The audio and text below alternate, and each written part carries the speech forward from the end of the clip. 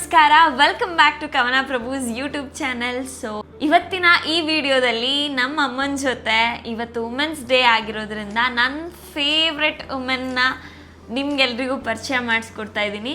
So ನನ್ನ favourite ವುಮೆನ್ಗೆ ಒಂದಿಷ್ಟು ಕ್ವೆಶನ್ಸ್ನ ready ಮಾಡ್ಕೊಂಡಿದ್ದೀನಿ, ಅದನ್ನು ಕೇಳೋಣ. ಸೊ ನಿಮ್ಮ ಜೊತೆ ಇದನ್ನು ಹಂಚ್ಕೊತೀನಿ. ಸೊ ಫಸ್ಟ್ ಕ್ವೆಶನ್ ಏನು ಅಂತಂದರೆ, ನೀವು ಹುಟ್ಟಿ ಬೆಳೆದ ಊರು ಯಾವುದು? ನಾನು ಹುಟ್ಟಿ ಬೆಳೆದ ಊರು ಬೊಬ್ಬಿ ಅಂತ ಹೇಳಿ. ಎಲ್ಲಿ ಬರ್ತದೋ? ತೀರ್ಥಹಳ್ಳಿ ಹತ್ರ ಒಂದು ಪುಟ್ಟಹಳ್ಳಿ. ಮತ್ತೆ ನಿಮ್ಮ ಫೇವ್ರೆಟ್ ಊರು ಯಾವುದು? ನನ್ನ ಫೇವ್ರೆಟ್ ಊರು ಸ್ಟಾರ್ಟಿಂಗ್ ನಂಗೆ ಬೊಬ್ಬಿನೇ ಇಷ್ಟ. ಸ್ಟಾರ್ಟಿಂಗ್ ಇಂದನೂ ಅದೇ ಇಷ್ಟ. ಓಕೆ. ಇಷ್ಟು ವರ್ಷದಲ್ಲಿ ನೀವು ಯಾರಿಂದನೂ ಒಂದು ಪಾಠ ಕಲ್ತಿರ್ತೀರಾ, ಅದನ್ನ ಇವತ್ತಿಗೂ ಫಾಲೋ ಮಾಡ್ಕೊಂಡು ಬರ್ತಾ ಇದ್ದೀರಾ ಆ ಪಾಠನ ಅಂತ ಅಂದರೆ ಯಾವ ಪಾಠ ಅದು? ನನ್ನಮ್ಮ. ಅದೇ ಅಮ್ಮನ ಹತ್ರ ಏನು ಕಲ್ತಿದ್ರಿ ನೀವು? ಅಮ್ಮನ ಹತ್ರ ಹೇಗೆ ಕಲ್ತಿದ್ದು ಅಂತ ಹೇಳಿದರೆ, ಯಾವುದೇ ಒಂದು ವಸ್ತು ರೆಡಿ ಮಾಡೋದಿರ್ಬೋದು ಅಥವಾ ಒಂದು ವಸ್ತುನ ತೆಗೆದು ಒಂದು ಕಡೆ ಇಡೋದಿರ್ಬೋದು, ಅದು ನೀಟಾಗಿ ಇಡುವಂಥದ್ದು.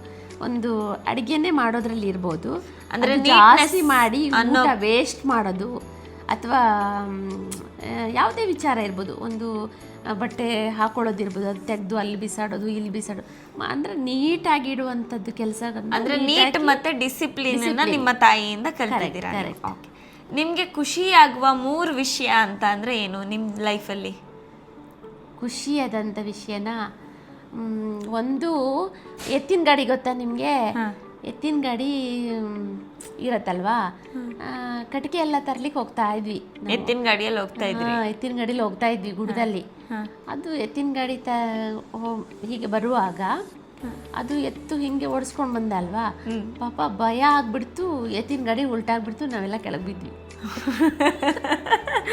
ಸೊ ಇದು ಬೆಸ್ಟ್ ಮೆಮೊರಿ, ಖುಷಿಯಾಗಿರುವಂತಹ ವಿಷಯ. ತುಂಬಾ ನಕ್ಕಿದ್ವಿ, ಪೆಟ್ಟಾಗಿದೆ, ಆದ್ರೂ ಬಿದ್ವಲ್ಲ, ಎಲ್ಲರೂ ಬಿದ್ದಿದ್ವಲ್ಲ. ಖುಷಿ ಅಂದ್ರೆ ನಿಮಗೆ ಬಿದ್ರೆ ನಿಮಗೆ ಖುಷಿ.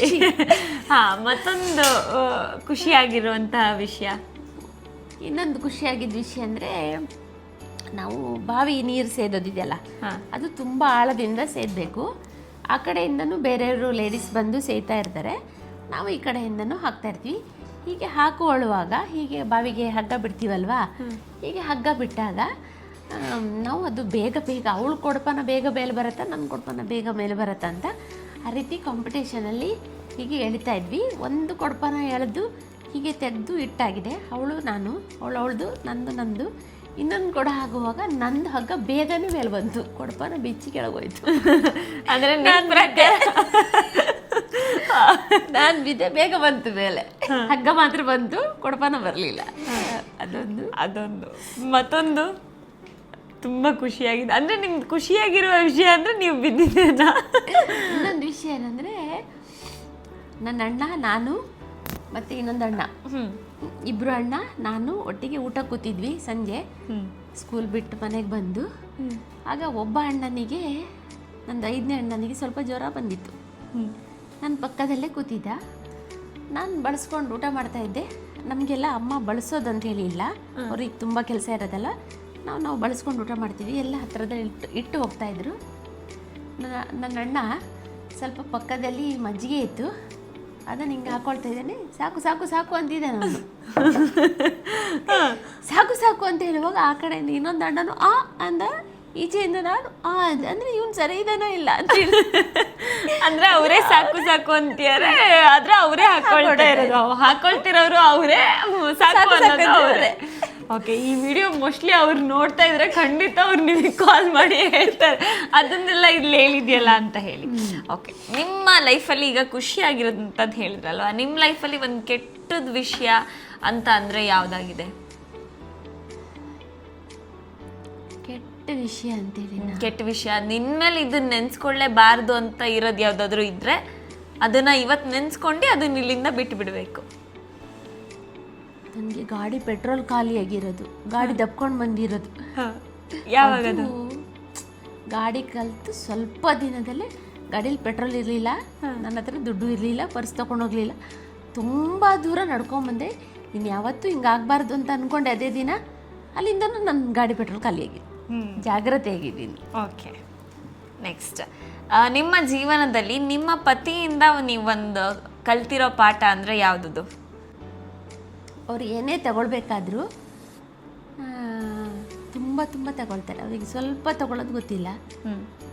ಒಂದು ಇನ್ನೊಂದು, ಯಾರಿಗೆ ಏನೇ ಕೊಡಬೇಕಾದ್ರೂ ಅವರು ಏನು ಅಂದ್ಕೊಳ್ದೆ ಕೊಡ್ತಾರೆ ಅಂತ ನನ್ನ ಭಾವನೆ. ನಾನು ಅವ್ರನ್ನ ನೋಟಿಸ್ ಮಾಡಿದ್ದು. ಈಗ ನಾನು ಹಾಗೇನೆ, ಏನೇ ಕೊಡಬೇಕಾದ್ರೂ ಖುಷಿಯಿಂದ ಕೊಡಬೇಕು. ಅಂದ್ರೆ ಕೊಡುವಾಗ್ಲೂ ಖುಷಿಯಿಂದ ಕೊಡ್ತೀರಾ, ನಮಗೆ ಅಥವಾ ಅವ್ರು ನಮಗೆ ಏನೋ ಹೇಳಬೇಕು, ಅವರಿಂದ ನಮಗೆ ಅದು ಬೇಕು, ಎಕ್ಸ್ಪೆಕ್ಟೇಷನ್ ಇಲ್ಲ. ಕರೆಕ್ಟ್. ನಮ್ಮ ಕೊಡೋ ಕರ್ತವ್ಯ ನಿಮ್ದು ಜಾಸ್ತಿ. ಹೌದು.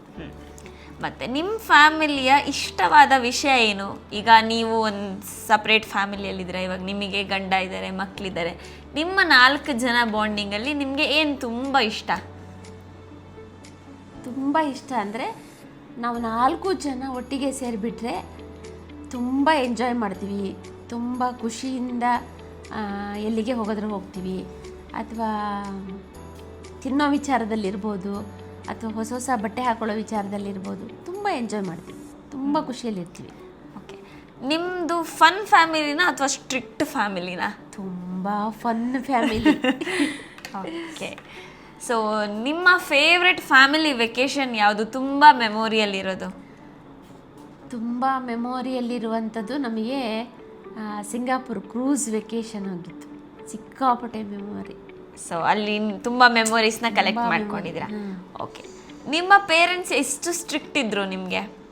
ಅವರು ಸ್ಟ್ರಿಕ್ಟ್ ಇರಲಿಲ್ಲ. ಹಾಗಾಗಿ ನೀವು ಸ್ಟ್ರಿಕ್ಟ್ ಇಲ್ಲ ಈಗ ನಿಮ್ಮ ಮಕ್ಕಳಿಗೆ.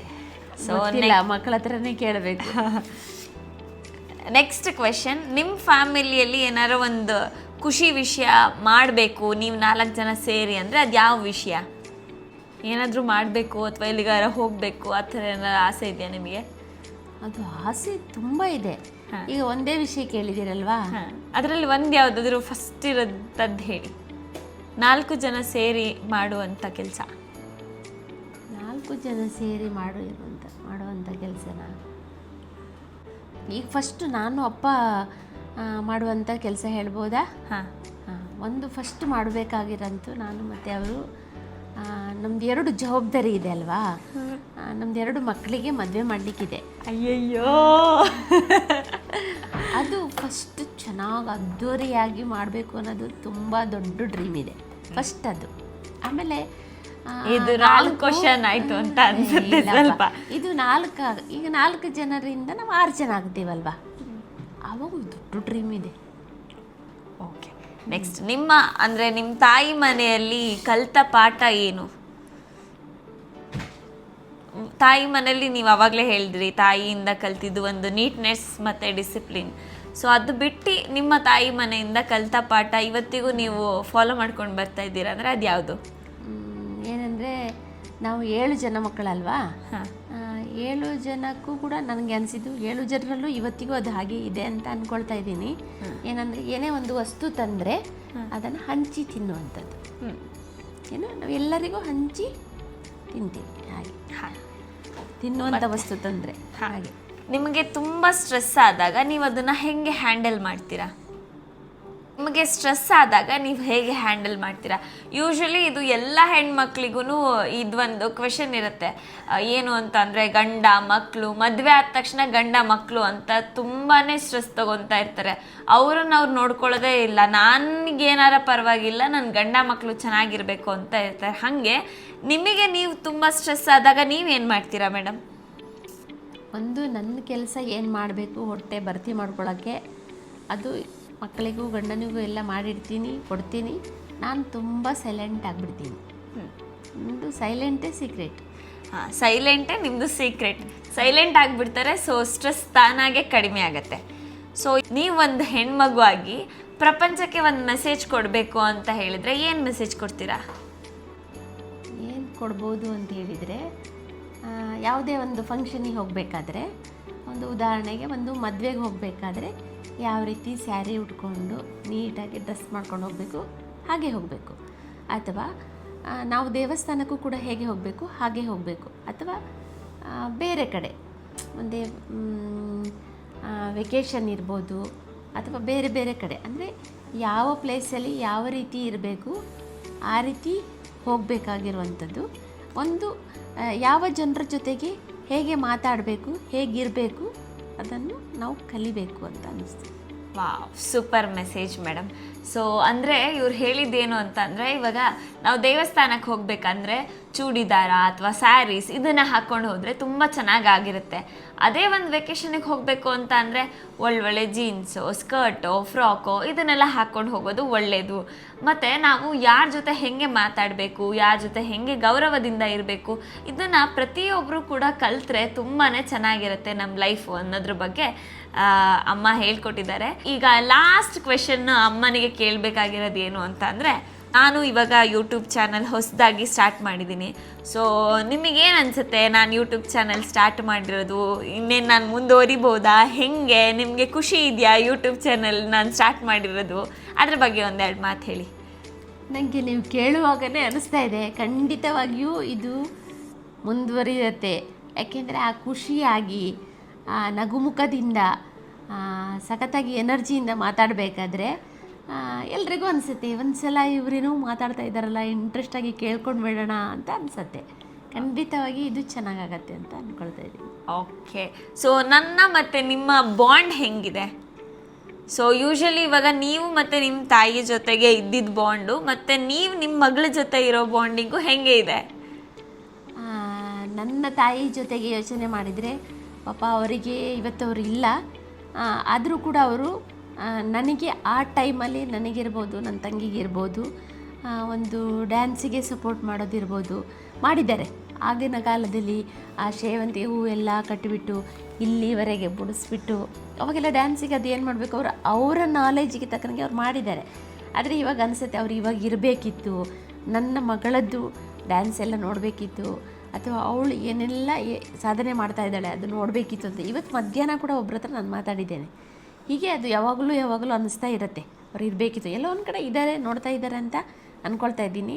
ಆದರೆ ಈಗ ನಾವಿಬ್ಬರು ಮಾತಾಡುವಾಗ ನನಗೆ ಅನಿಸುತ್ತೆ ನಾನು ಬದಲಾವಣೆ ಆಗಿದ್ದು ತುಂಬ ಚೆನ್ನಾಗಾಯಿತು ಅಂತ. ಯಾಕಂದರೆ ನಾನಮ್ಮ ಮಗಳ ಜೊತೆ ಏನು ಮಾತಾಡೋದು ಎಲ್ಲ ನನಗೆ ಗೊತ್ತು ಅಂತ ನಾನು ಅಂದ್ಕೊಂಡಿದ್ದಿದ್ರೆ ಈ ರೀತಿ ನಮ್ಮಿಬ್ಬರು ಬಾಂಡಿಂಗ್ ಆಗಲಿಕ್ಕೆ ಚಾನ್ಸೇ ಇರಲಿಲ್ಲ. ನೀವೇನು ಹೇಳ್ತೀರಿ, ನಮ್ಮ ಡ್ರೆಸ್ ಇರ್ಬೋದು, ನನಗೂ ಕೂಡ ಹಾಗೆ ಮಾಡಬೇಕು, ಹೀಗೆ ಮಾಡಬೇಕು ಅಂತ ಅನಿಸುತ್ತೆ. ಆದರೆ ಇವತ್ತು ನಮ್ಮದು ಎಜುಕೇಷನ್ ಕಮ್ಮಿ ಇದ್ದಾಗ ನೀವೆಲ್ಲ ತುಂಬ ಎಜುಕೇಟೆಡ್, ನನ್ನ ಜೊತೆಗೆ ಯೂಟ್ಯೂಬ್ನಲ್ಲಿ ನೀವು ಈಗ ಈ ಚಾನಲ್ ಸ್ಟಾರ್ಟ್ ಮಾಡಬೇಕು ಅಂದಾಗ ನನ್ನ ಹತ್ರ ಮಾತಾಡ್ತೀರಾ ಅಂತ ನಂಗೆ ಕ್ವಶನ್ ಬರ್ತಾ ಇದೆ. ಅದು ತುಂಬ ಖುಷಿ ಆಗ್ತಾ ಇದೆ. Okay madam, super. ಸೊ ನನ್ನ ಅಮ್ಮನ ಜೊತೆ ಪಾಡ್ಕಾಸ್ಟ್ ಅಥವಾ ಈ ಕ್ವೆಶನ್ ಆ್ಯಂಡ್ ಆನ್ಸರ್ ಸೆಷನನ್ನು ನೀವೆಲ್ಲ ಕೇಳಿದ್ದೀರಾ. ಇದು ಈ ವೀಕಿನ ವುಮೆನ್ಸ್ ಡೇ ಸ್ಪೆಷಲ್.